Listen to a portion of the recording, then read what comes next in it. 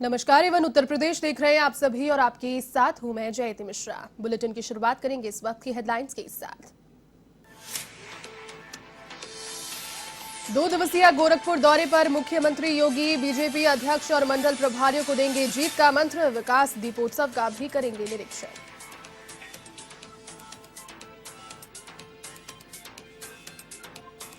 हमीरपुर में कांग्रेस की प्रतिज्ञा यात्रा का स्वागत। यात्रा में स्थानीय कांग्रेस नेता और कार्यकर्ता शामिल। प्रदेश उपाध्यक्ष नसीमुद्दीन सिद्दीकी ने किया संबोधित। कार्यकर्ताओं से एकजुटता की अपील।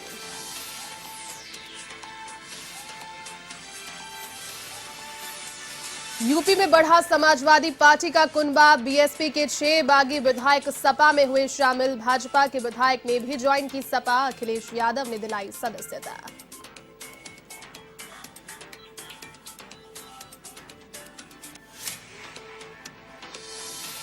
यूपी के चित्रकूट में आतंक का अंत। एसटीएफ ने डकैत गौरी यादव को किया ढेर। 5,50,000 रुपए था इनाम। मौके से हथियार भी किए बरामद।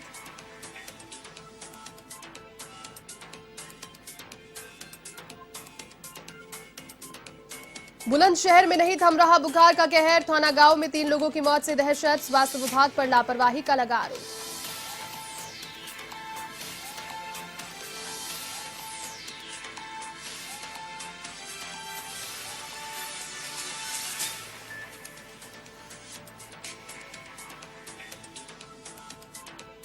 चलिए अब खबरें विस्तार से। गाय के गोबर से निर्मित 1,11,000 दिए आज लखनऊ से अयोध्या भेजे गए हैं।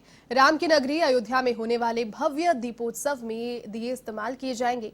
प्रधानमंत्री नरेंद्र मोदी ने लोकल फॉर वोकल के मॉडल को ध्यान में रखते हुए दीपोत्सव में इस्तेमाल किए जाने वाले दियों के लिए भेजा।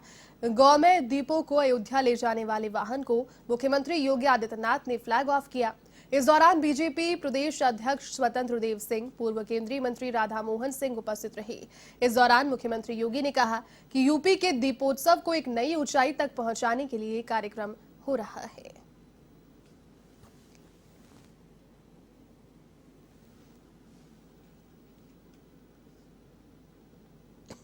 मैं इस अवसर पर आप सभी को भी दीपावली की हृदय से मंगल कामना व्यक्त करता हूं। ये अपनी सोच है और अपनी कार्य पद्धति भी पर्यावरण की रक्षा के साथ साथ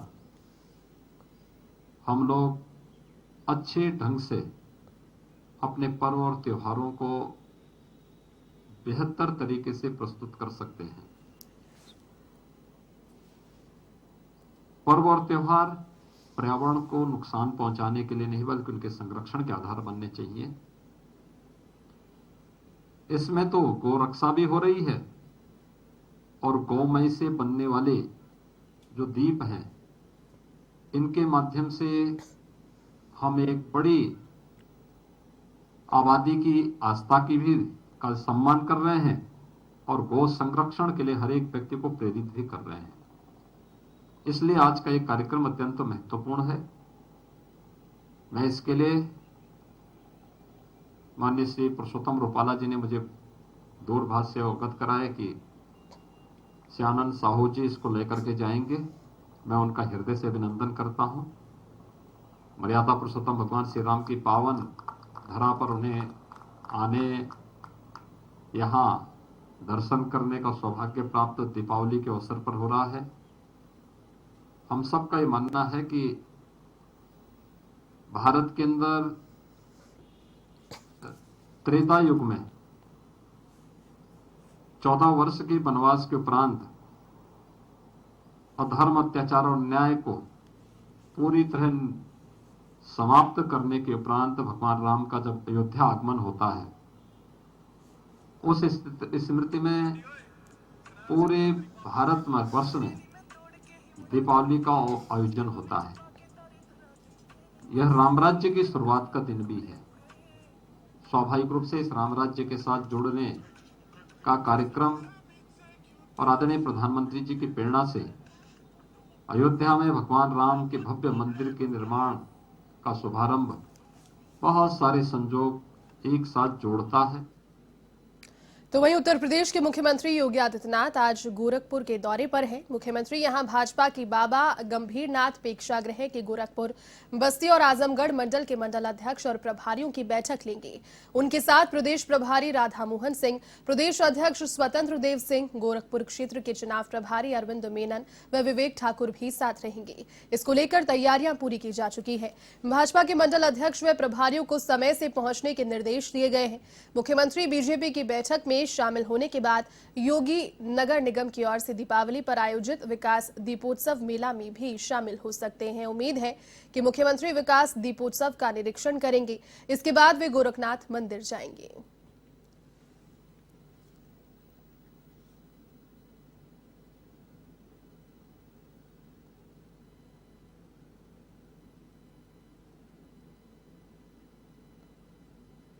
आगामी विधानसभा चुनाव से पहले सपा ने बसपा और सत्ताधारी भाजपा को बड़ा झटका दिया है। दरअसल बसपा के 6 निलंबित और भाजपा का 1 विधायक आज सपा में शामिल हो गया। इन सभी विधायकों ने अखिलेश यादव की उपस्थिति में सपा की सदस्यता ग्रहण की। इस दौरान अखिलेश यादव ने कहा कि भाजपा के खिलाफ जन आक्रोश है। जनता इतनी दुखी है कि आने वाले समय में भाजपा का सफाया हो जाएगा। उन्होंने कहा कि बहुत सारे ऐसे लोग हैं जो सपा में आना चाहते हैं, साथ ही आने वाले समय में तस्वीर स्पष्ट हो जाएगी। अखिलेश ने कहा कि भाजपा ने घोषणा पत्र के वादों को पूरा नहीं किया। भाजपा ने वादा किया था कि 2022 तक किसानों की दोगुनी आय हो जाएगी, लेकिन आज किसान ये जानना चाहता है कि किसानों की आय दोगुनी कब होगी। आज सभी जरूरी सामान भी महंगा हो गया।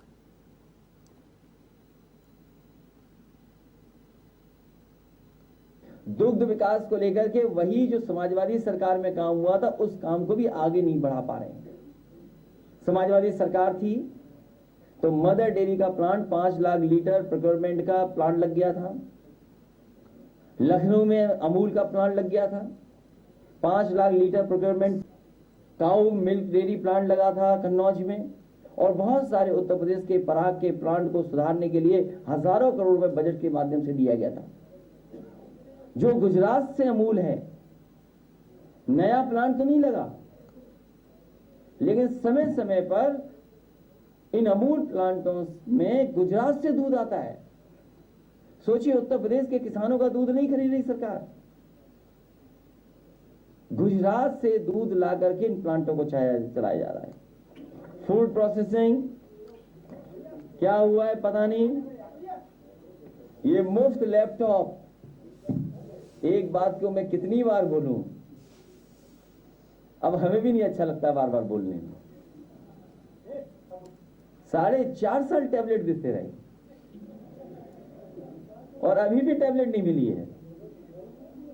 ये पता नहीं कौन सी टैबलेट बीजेपी दे रही है। और 1 GB इंटरनेट मुफ्त। कांग्रेस के राष्ट्रीय महासचिव व यूपी प्रभारी प्रियंका गांधी की शुरू की गई प्रतिज्ञा यात्रा हमीरपुर पहुंची। प्रतिज्ञा यात्रा के रथ के साथ यात्रा में स्थानीय कांग्रेस नेता और कार्यकर्ता भी शामिल रहे। मौदहा के बड़े चौराहे पहुंची प्रतिज्ञा यात्रा के दौरान कांग्रेस के प्रदेश उपाध्यक्ष नसीमुद्दीन सिद्दीकी ने जनसभा को संबोधित किया। साथ ही योगी सरकार के साथ केंद्र पर जमकर हमला बोला। उन्होंने जनता से एकजुट होकर कांग्रेस पार्टी को बहुमत दिलाने की अपील की है।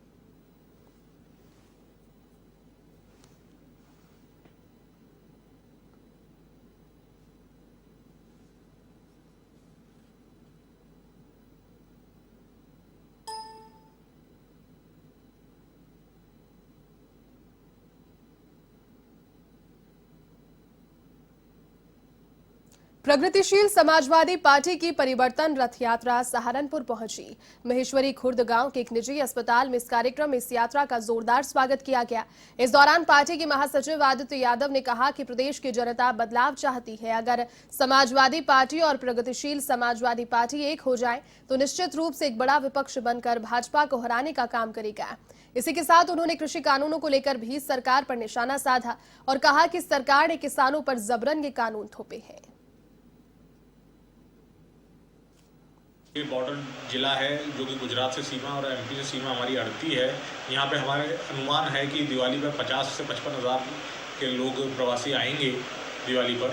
तो उसके लिए विभाग ने सैम्पलिंग को बढ़ाने का कर दिया है। हमने रैपिड एंटीजन टेस्ट हम प्रतिदिन जो हमारी हो रहे थे उसको हमने 10 गुना बढ़ाने के लिए निर्देशित कर दिया है। टारगेट फिक्स कर दिए, कम से कम इतने लोगों का आपको करवाना है। पीएससी वैक्सीनेशन को हम बढ़ा रहे हैं ताकि जो भी प्रवासी बाहर से आए उनका टीकाकरण तुरंत हो जाए। सभी स्टाफ को निर्देशित कर दिया है कि ग्राम पंचायत स्तर पर जो भी आ रहा है प्रवासी बाहर से उन सभी। चित्रकूट में एसटीएफ ने बड़ी कार्रवाई करते हुए खूंखार डकैत गौरी यादव को मुठभेड़ के दौरान मार गिराया। आपको बता दें कि उत्तर प्रदेश में उस पर 5 लाख रुपए का इनाम था और साथ ही साथ मध्य प्रदेश सरकार ने भी उस पर अलग से 50,000 का इनाम घोषित किया। कुख्यात डकैत गौरी यादव ने बुंदेलखंड के जंगलों में बीते 20 साल से दहशत का राज कायम किया और उसके खिलाफ 60 से ज्यादा मामले दर्ज थे। इसी के बाद से वो ददुआ और ठोकिया की श्रेणी का डकैत हो गया। दरअसल एसटीएफ ने गौरी यादव के उत्तर प्रदेश में छिपे होने की सूचना पर तलाश शुरू की, जिसके बाद एसटीएफ की टीम की डकैत गौरी यादव गैंग से शनिवार सुबह 3:30 से 4 बजे तक मुठभेड़ चढ़ी। डकैत गौरी यादव के पास से एक AK-47 राइफल और भारी मात्रा में कारतूस बरामद किया गया।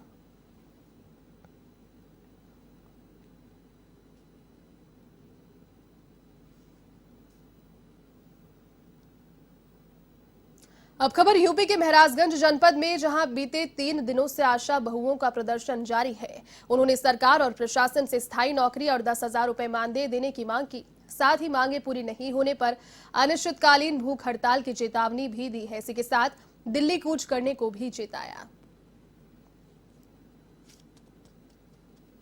जो आशा बहुओं की जो मांगे हैं वो एक्चुअली में 2 मुख्य मांगे हैं। एक ये चाहती हैं कि हमारा वेतन बढ़े, जो सामान्य कार्य समान वेतन चाहती हैं। दूसरा ये चाहती हैं कि हमको परमानेंट किया जाए। जो परमानेंट करने के लिए इन्होंने अपने ज्ञापन दिया था, मैंने वो ज्ञापन जो है उच्च अधिकारियों को भेज दिया है। हम 2006 से हैं, बहुत पुरानी हैं और हम लोगों को इस समय सिर्फ 2200 रुपये दिए जाते हैं। वो भी बहुत काट पीट के दिए जाते हैं, समय से वो भी नहीं मिल पाता है हम लोगों को। और ड्यूटी तो हम लोगों को 24 घंटे करना पड़ता है। अगर हम लोग खाना खा रहे हैं, अगर खाना बना रहे हैं, तब भी अगर आ गया डिलीवरी केस तो खाना छोड़ के हमको चला जाना पड़ता है। लेकिन सरकार को ये चीज़ नहीं दिख रही है। कितना हम लोग परेशान रहते हैं, किस हालत में हम लोग चले जाते हैं। कोई घर पे किसी का डेथ हो गया तब भी नहीं कोई समझ नहीं। बुलंदशहर में बुखार का कहर थमने का नाम नहीं ले रहा। अब यहां के स्याना क्षेत्र के थौना गांव में बुखार की चपेट में आने से 3 लोगों की मौत हो गई। ग्रामीणों ने आरोप ये लगाया कि स्वास्थ्य विभाग ने गांव में अभी तक चूंकि कोई हेल्थ कैंप नहीं लगाया है, इससे मरीज झोलाछाप डॉक्टरों के इलाज कराने के लिए मजबूर हैं। साथ ही उन्होंने कहा कि गांव में साफ सफाई की व्यवस्थाएं भी ठीक नहीं है। जगह जगह जलभराव और गंदगी से बीमारियां पनप रही है। इसी मामले को लेकर उन्होंने स्थानीय विधायक से गुहार भी लगाई। तो वहीं ऊंचा सीएचसी प्रभारी डॉक्टर पीयूष का इस पर कहना है कि थौना में हुई मौत की जानकारी अभी नहीं है और शीघ्र ही कैंप लगाकर लोगों का इलाज किया जाएगा।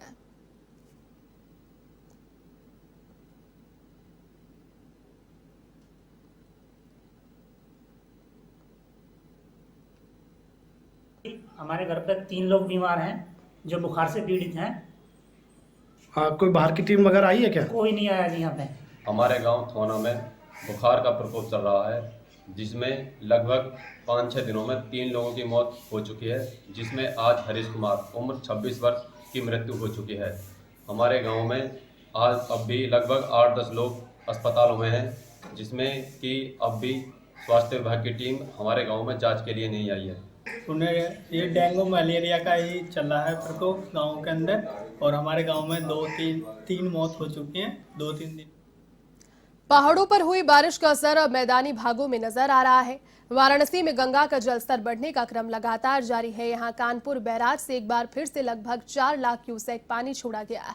बीते 5 दिनों में कानपुर से 10 लाख क्यूसेक से ज्यादा पानी छोड़ा गया है। केंद्रीय जल आयोग के अनुसार हर घंटे जल स्तर बढ़ रहा है। फिलहाल आपदा राहत के साथ एनडीआरएफ, पीएसी की बाढ़ राहत कंपनी और जल पुलिस की टीमें अलर्ट पर है। तो वहीं स्थानीय लोगों का कहना है कि अक्टूबर महीने में एक पहला ऐसा मौका है जब गंगा का जल स्तर बढ़ रहा है।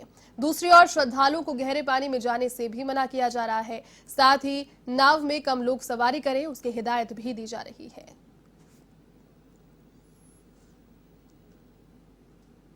जो गंगा जी में श्रद्धालु स्नान कर रहे हैं उनके लिए बराबर अनाउंसमेंट किया जा रहा है।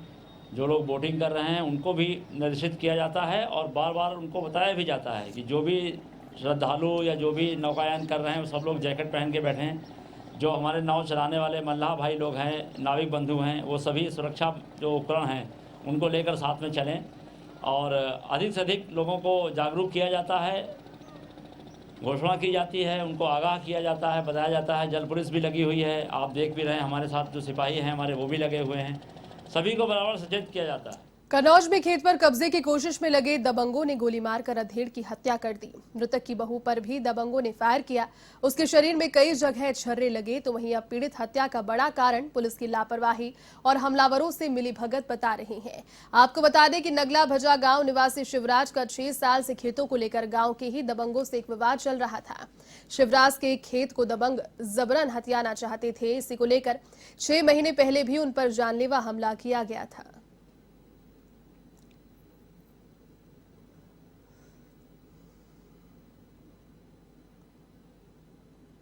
नगला बजा के रहने वाले हैं। मेरे चाचा पेशाब करते खड़े हुए थे, उसने गोली मारी सीधी। इससे पहले भी कोई घटना होली पे घटना हुई थी। होली पे पुलिस ने पैसा ले लिया, उनको कुछ नहीं किया। अब गोली भैंस के लगी, कुछ भी नहीं हुआ। आज कितने लोगों को गोली लगी? आज मेरे 2 लोगों की गोली लगी है।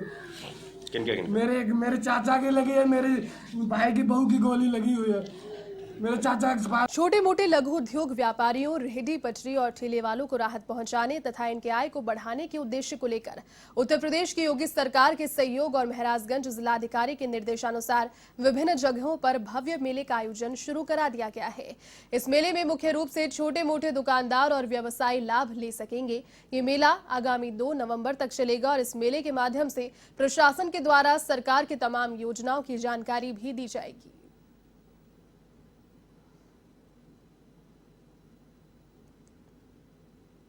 सरकार के आदेशानुसार ये जो दीपावली मेला है ये 29 तारीख से लेकर 2 तारीख तक चलना है। तो 3 तारीख को समापन किया जाएगा। ये इसका मुख्य उद्देश्य ये कि हमारे जो छोटे व्यापारी हैं, जो पटरी दुकानदार हैं, रेहड़ी वाले हैं, ये भी जितने लोग हैं इनकी आय बढ़ाने के उद्देश्य से कि मेले में आएंगे, अपना सभी एक प्लेटफार्म उपलब्ध कराया जाए कि सभी लोग एक जगह आएँ, उनकी बिक्री बढ़ेगी, इससे उनका आय बढ़ेगी। मेन उद्देश्य मेले का यही है। और इसके साथ साथ ही सरकार की जो योजनाएँ हैं, PM स्वनिधि, आवास, शौचालय, इतनी भी इन सब योजनाओं का प्रचार। यूपी के फतेहपुर जनपद के सेमरहा गांव में संदिग्ध वजह के चलते लगभग 1 दर्जन से ज्यादा बंदरों की मौत से क्षेत्र में हड़कंप मच गया, जिसकी सूचना मिलते ही वन विभाग की टीम और पशु चिकित्सा अधिकारी सहित हथगांव पुलिस मौके पर पहुंची और घटना स्थल की जांच पड़ताल कर बंदरों के शवों का पंचनामा भर पोस्टमार्टम के लिए भेज दिया। इस दौरान बंदरों की मौत को लेकर रामदल कमेटी के पदाधिकारियों ने मौके पर पहुंचकर घटना की निंदा की और प्रशासन से जांच के बाद उचित कार्रवाई की मांग की।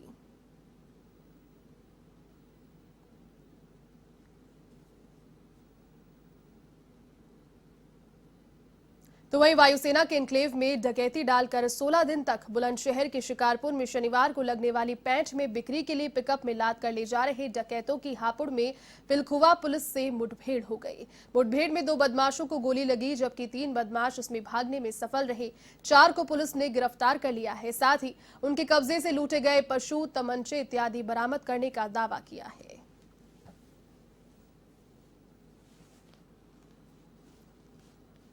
तो अब पुलिस एवं एसओजी के साथ में आज एक मुठभेड़ हुई, जिसमें कुल 4 बदमाश गिरफ्तार हुए हैं। 2 बदमाश उसमें घायल हुए हैं, जिनका नाम नईम एवं आसिफ है। नईम के विरुद्ध 1.5 दर्जन से अधिक मुकदमे हैं तथा आसिफ के विरुद्ध भी करीब 1 दर्जन मुकदमे हैं। लूट और चोरी के अपराध इनके विरुद्ध हैं।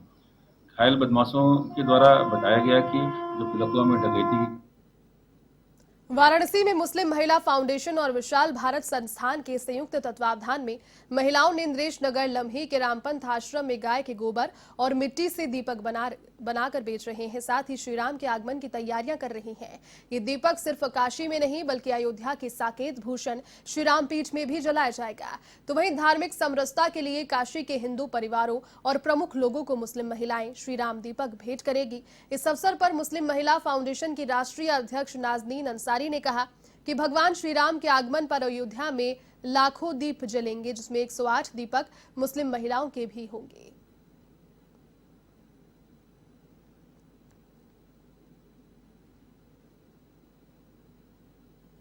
पिछले कई वर्षों की भांति इस बार भी विशाल भारत संस्थान और मुस्लिम महिला फाउंडेशन मिलकर मिट्टी और गोबर का दिया बना रहा है। मुस्लिम महिलाएं ये दिया बना रही हैं अपने हिंदू भाई बहनों के घर को रोशन करने के लिए। दीपावली में मुस्लिम महिलाओं की तरफ से ये दीपक हिंदू भाई बहनों को भेंट किया जाएगा। और इस बार की सबसे खास बात यह है कि अयोध्या में जो दिवाली मनाई जाएगी, जो दिए सजाए जाएंगे, उनके बीच में मुस्लिम महिलाओं द्वारा बनाया गया 108 राम नाम का दीपक भी इस बार जगमगाएगा। तो वहीं यूपी के कौशाम्बी में एक तेज रफ्तार कंटेनर ने बाइक सवार 2 लोगों को कुचल दिया, जिससे उनकी मौके पर ही मौत हो गई। इस जानकारी के अनुसार सैनी कोतवाली के पास हाईवे पर यह दर्दनाक घटना हुई। दोनों मृतक आपस में सगे भाई थे और हबूनगर गांव से फतेहपुर की ओर जा रहे थे। तो वहीं सूचना पाकर मौके पर पुलिस पहुंची और शवों को कब्जे में लिया। साथ ही मामले को लेकर विधायक सिराथू शीतला प्रसाद पटेल मृतकों के परिजनों से मिले और शोक संवेदनाएं जाहिर की। साथ ही मृतक परिवारों को किसान दुर्घटना योजना के अंतर्गत 5-5 लाख रुपए की सहायता राशि दिलाने का आश्वासन भी दिया। साथ ही घटना की जानकारी होते ही परिवार समेत पूरे गांव में मातम देखने को मिला।